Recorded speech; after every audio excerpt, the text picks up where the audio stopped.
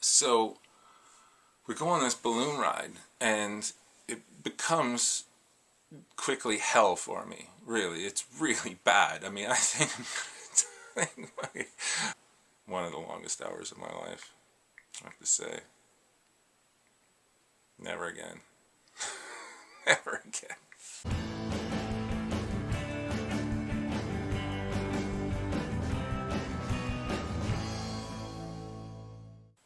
In 2010, I got it into my head that I really, really wanted to take a Zeppelin ride. And at the time, my sister said, "Who does that? Who takes a Zeppelin ride? Now you're just making things up." And to an extent, that was true. I was making it up. But also, I'd never been up in a helicopter or a blimp or a hot air balloon or anything quite like that. So there was that. And I also thought, wouldn't it be fun? You know those people that brag a lot? They're always bragging about things. Wouldn't it be fun to always have that ace up your sleeve? Where you just say, "Oh, I took a Zeppelin ride." Try to beat that. It just kind of kills their stories. So I looked around and I found out that there's only one operating Zeppelin in all of North America. And that's in California. And it costs like $400 to take a half an hour trip over the Hollywood Hills. And at the time, a plane ticket to California plus a $400 Zeppelin ticket would have kind of put me over my budget because I wanted to do some travel later that fall. So I settled on a hot air balloon ride. I was like, let's get this done. Let's get that check off the bucket list, and at least I've been up in the air. So I looked around and found that there were a couple places that did it, not too far, and I settled on Ottawa because I have a lot of friends there. But a hot air balloon ride isn't something you want to do on your own, because that's kind of strange. But also, it's not something you really email your dude friends and say, "Hey man, you want to go on a hot air balloon ride with me?" Because they'd say, "What? Why? Is there chicken wings or something?"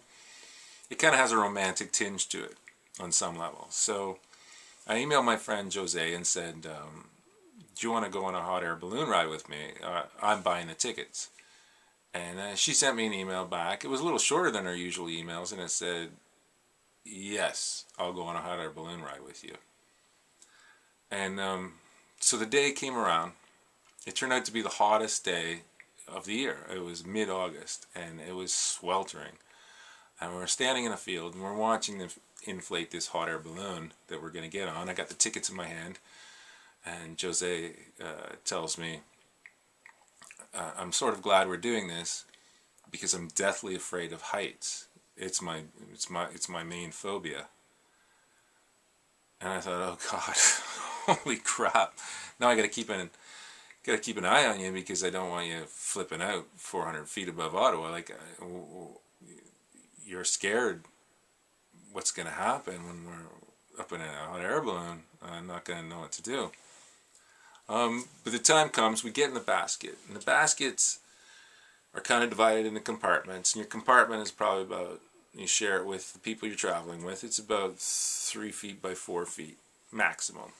So there's kind of enough room to maneuver around or whatever. And the basket gets up in the air. This is nice enough. Then the guy hits the blaster a couple times. And the blaster, I'm calling it the blaster, because I don't know what the name is, the official name is for the flame that goes into the balloon that makes the hot air that makes it rise. But I'm really tall. I'm about 6'5", and that thing is about 1.5 feet from my head, you know? And every time he pulls this lever, it feels like my head is catching on fire. I just start dripping sweat, and it sounds like a tractor is backfiring in my ear. It's that loud. It's insanely loud. And I guess you got to pull that thing all the time to keep the balloon in the air, right? Of course they do. So that's a bit of a surprise. I wasn't expecting that.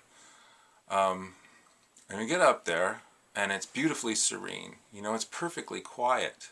One of the passengers asked the pilot about it. They said, "Why is it so quiet up here? This is deafeningly quiet almost. And he said, it's because the balloon travels at the same speed as the wind, and we're used to hearing ambient wind in our noise naturally.